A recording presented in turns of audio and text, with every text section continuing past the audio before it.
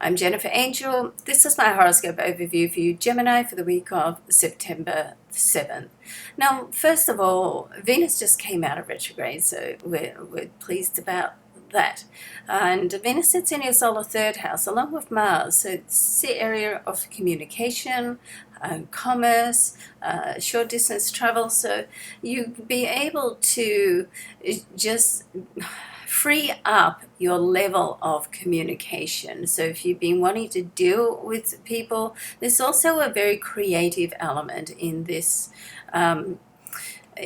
house, and also a very creative element in your fifth house, and Mercury, your ruling planet, sits in your fifth house. Now there is a square with Pluto this week with Mercury, so although there's a free up with Venus coming out of retrograde, it frees up your ability to get your point across, particularly for relationships and people that you're dealing with, and relationships can cover business and personal relationships.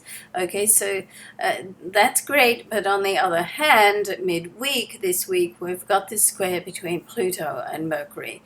And so that can make you feel like you're either not talking to the right people, you can't get across, exactly what you want to get across to people. So it can cause some frustrations in this sense. Now, a couple of things to keep in mind. Excuse me. First of all, you want to make sure that you are talking to the right people. Secondly, timing is always important.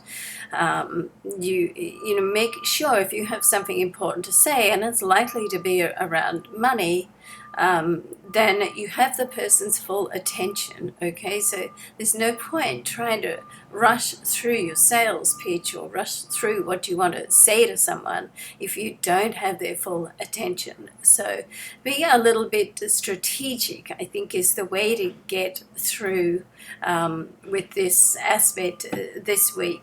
Now, so you want to wait. That's my puppy dog in the background. So as I said, you want to wait till the timing's right, but don't wait too long, because Mercury, just heads up, Mercury is going to go retrograde on the 18th. Okay, so not that far away, a couple of weeks.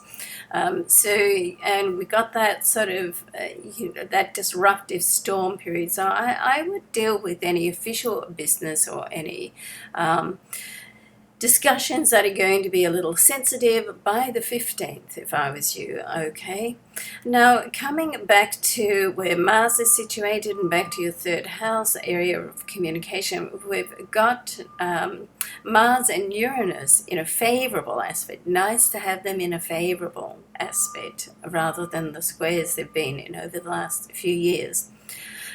So Uranus, of course, anything that happens with Uranus is can be quite sudden, and with Mars too. And both of these planets are in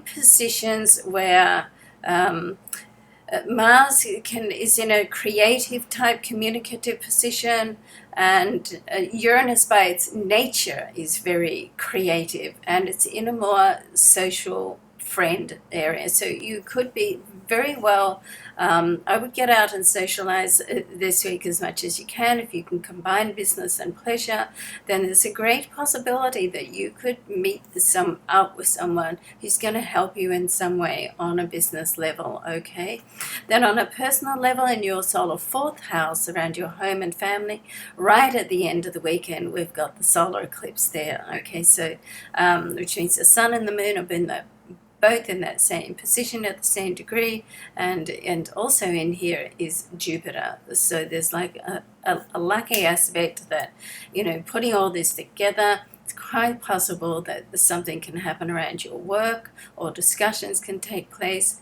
Now that's going to have some type of influence around your home with a new start. Okay, so all good. I hope so. Let me know how that goes. I hope you have a great week. I'm Jennifer Angel. Thanks for watching.